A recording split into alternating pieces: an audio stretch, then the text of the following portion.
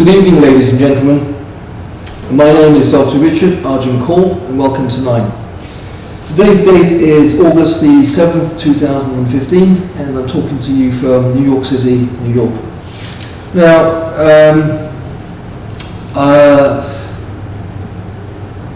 the Republican Party in the United States had its first primary debate. Happened yesterday, actually. And there were 10 contenders on the stage in Cleveland, and they spent several hours up there being asked questions by three panelists. There was Megyn Kelly, Chris Wallace, and Brett Baer. And it was a widely watched and televised event. Now, one of the candidates up there is Chris Christie, who is the current governor of New Jersey. And one of the questions that surprisingly was not asked by this panel was about Mr. Christie's involvement in the Bridgegate scandal in New Jersey, which is the scandal I'm sure that everybody knows about, which is the closing of 3 lanes into the busiest bridge in the world that he ordered 3 of his underlings, Bridget Kelly, David Wildstein and Bill Baroni, to carry out on the first day of school in September 2013. Anyway, that question, which I thought was going to be asked by one of the 3 people on the panel, was not. And it seemed to me, some of the questions that they were asking were interesting and relevant, but it was generally a soft cross-examination of the candidates. But anyway, to go back to Mr. Christie and New Jersey and the issue of political corruption. New Jersey has unfortunately had a long history of political corruption, and it's, in my opinion, a great irony that America is a country that was formed by men looking to get away from tyrannical corruption and dictatorship, and they came here and the founding fathers found this country and developed a constitution. There was a Declaration of Independence, and America has a significant voice in the world, so it has a position where it can talk to other countries and give them guidance on how they should and should not behave.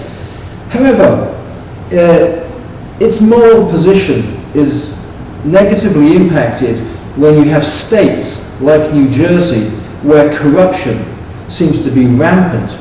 And what's been interesting is that other countries around the world, like India and Africa, that traditionally have had a long history of corruption in government, have now begun to clean up and remove corruption from the process of governmental administration. And they're now looking at certain states in America and saying to themselves, how can you lecture us about corruption when you've got very clear examples of corruption that exist, particularly in the state of New Jersey? So, again, as with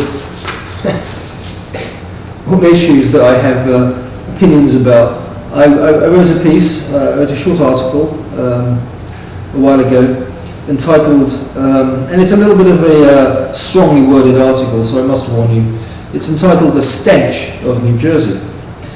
Much has been written about the ridiculously named Garden State, which personifies the cancer of political corruption. I must admit that I've written extensively, and some would say ad nauseum, about the profound corruption within the Chris Christie administration. Eventually, I got rather bored of churning out essay after essay about his blatant criminality and complete disregard for the law. He trampled over the teachers, the police officers, and the firefighters. And again, this is a story that came out in the media recently, a very widely covered story. Mr. Christie took money from their pension fund and misappropriated it into his political campaign. So, in New Jersey, the police officers, the firefighters, and the teachers have now had their monthly pension checks cut by over 30%. So he took the money, stealing their pensions in an attempt to balance his own atrociously managed budget. The consequences of which are now that he's being sued left, right and centre by half of the New Jersey population. As an outsider, having grown up in England, the blatancy of corruption in a state belonging to the US, which, in the eyes of the world, stands for principle and ethics, is shocking, and one cannot help but liken the conduct of Mr. Christie to that of the African dictator Robert Mugabe. The most recent story, that of US Senator Robert Menendez, was that on the first day of April he was indicted by the federal authorities for political corruption.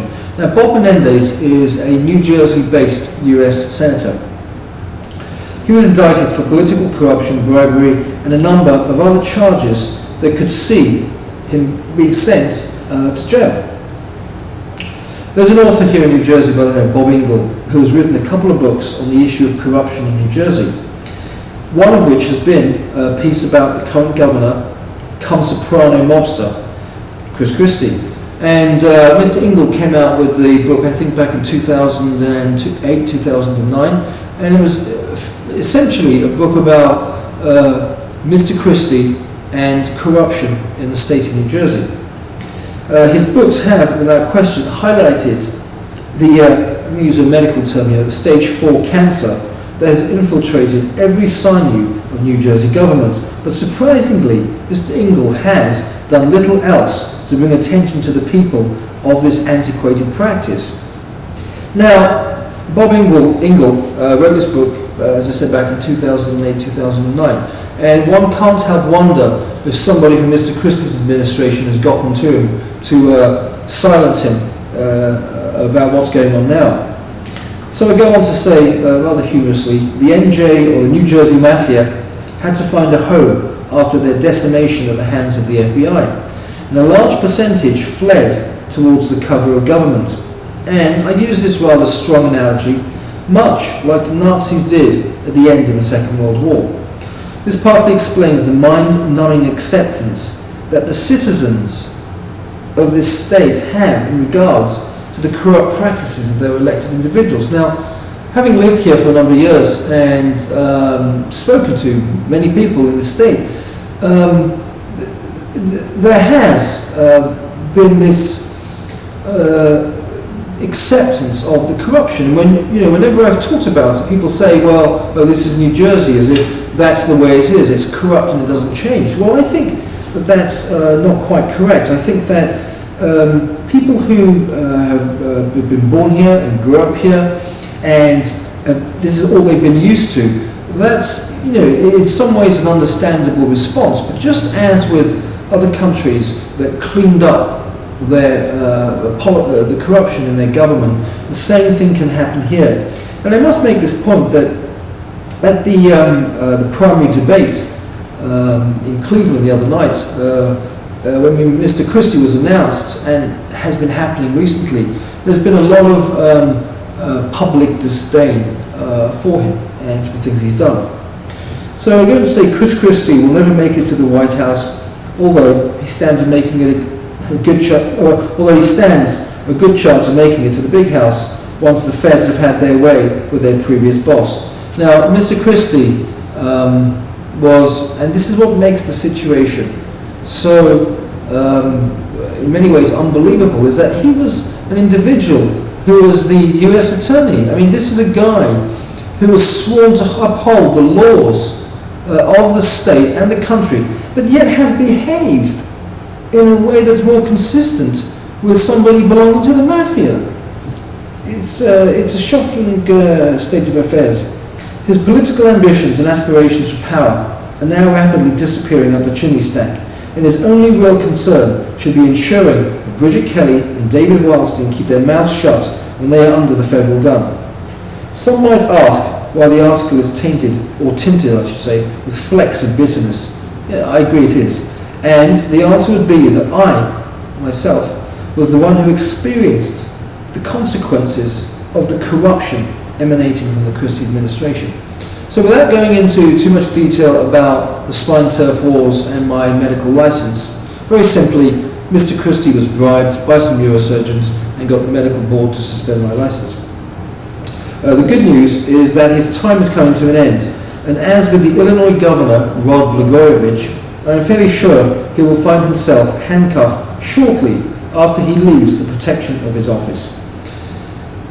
Rod Blagojevich was the governor of the state of Illinois, and as he was coming towards the end of his political term, he was caught on undercover surveillance trying to sell a political seat to another individual, which clearly is illegal, and he ended up getting arrested, prosecuted and sent to jail for 14 years. So I'm fairly sure that Mr. Christie will find himself in a similar situation, not just in regards to the Bridgegate scandal, but in regards to the union money and in regards to a multitude of other political scandals. Which again, I have to say I was surprised that none of those three interviewers asked him at the primary debate. One can be sure that at this time the entire washing load of corruption will descend onto the already polluted New Jersey shores, which ironically Mr. Christie was charged with cleaning up with federal monies. When I say that, I'm making reference to the aftermath of Hurricane Sandy, when Mr. Christie received $25 million plus from the federal government to help rebuild houses and to help rebuild people's lives on the Jersey Shore. That never happened. People are still homeless, still haven't received monies from that fund because Mr. Christie took that money and used it to produce commercials for his political campaign. So I go on to say, applying a degree of logic, one would have no option but to conclude that all state-appointed bodies in New Jersey under Mr. Christie are corrupt, including the medical board, which, as I've talked about before, is politically appointed. Now this issue of having a medical board that's politically appointed is again inconsistent with a democracy. It's inconsistent with the Constitution of the United States. The medical board should be elected by the other doctors in the New Jersey medical field, and not politically appointed by politicians who will then use the medical board for their own political ends. I believe this situation is inconsistent with the democracy of the 21st century, in which most medical boards, as I talked about before, are elected by the doctors. The main problem with a politically appointed medical board is that it can readily become a political weapon, and this is exactly what has happened in New Jersey. The medical board, interestingly, outside of the medical profession, most people in New Jersey really, first of all, don't even know that a medical board exists, and when you ask them, if they do you know what it's about or anything pertaining to its constitution? They don't. So the medical board in New Jersey consists of 23 individuals, a combination of doctors and some lay people, and all of those positions, as I've just said, are political appointees. And what's happened over the years is that the medical board now answers to the office of the Attorney General, which is under the control of the governor. So the medical board, one, is not elected, and two, really has no significant degree of professional independence. So I'm going to say the arrest of Mr. Menendez is the thin end of the wedge. Without doubt, the next head on the chopping block will be that of Mr. Christie, once it has been proved that he ordered the closing of the lanes into the George Washington Bridge. Now, with the Bridgegate scandal, Mr. Christie has taken the position and continues to take the position that he did not have knowledge or did not give the order to close the lanes, which is a position that nobody believes, because anybody that knows who he is or how he operates knows that he's a micromanager, and that these three individuals Kelly, Wildstein and Baroni would have not perpetrated these acts without his direct order. I mean, it just is completely illogical and inconsistent for anybody to think or believe that they did it of their own volition. It makes no sense. And that he most likely embezzled the federal funds allotted for the Sandy hurricane repairs.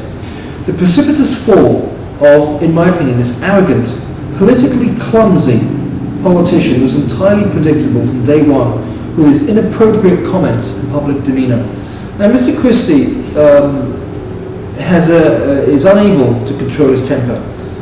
He rants and raves and shouts and screams, tells people to sit down and shut up. He behaves in a completely unprofessional and impolitic way and manner. And I think he was slightly confused about how to communicate with people. I mean, he seems to think that it's through instilling fear in people that you're going to administer government properly. Well, that just is not the case. He hardly represents the image, as I said before, that most people look for in a true leader. And I've used the example before of true leaders, like Nelson Mandela, Mahatma Gandhi, that do not feel the constant need to engage in petulant arguments with low-level journalists. The more fascinating part of this social conundrum is the solution. Should New Jersey be annexed by New York, or should the amount of government be reduced by half? Should the law books be cleansed of laws passed by corrupt politicians to return favours to their large donors? New Jersey has some of the most convoluted laws in any part of the US, and one can't help wondering what the grand scheme was behind these laws. It would seem to me to be the old adage that the more roads you build, the more cars will fill them. And similarly, the more laws you pass, the more lawyers you generate, and generally of a corrupt nature. Unfortunately, most politicians in this country come from the profession of law, and with them they bring their distorted version of eliciting the truth, which, in this historically corrupt state of New Jersey, seems to work. The state, as I'm sure people will agree with, has become a bit of an embarrassment to the rest of the US. And as a physician, it is hard to respect a medical board that takes orders from one of the most corrupt governors this state has had the grave misfortune to have elected twice. The good news, however, is he will be gone very soon, and most definitely not to the White House. Now, I know that was a rather pointed and hard-hitting piece, which I think actually some of the questions at the primary debate should have been about, and they weren't. So I think, and hopefully, with any problem, it's, in my opinion, it's always a better thing to try and focus on the solution, or the solutions. And I think that looking at corruption in New Jersey and trying to understand how it needs to change from within. So there needs to be a change in the mentality of the way that the politicians in this state conduct themselves. And I think that the citizens of New Jersey will be well served by having a leader who runs on an anti-corruption ticket. Thank you and good night.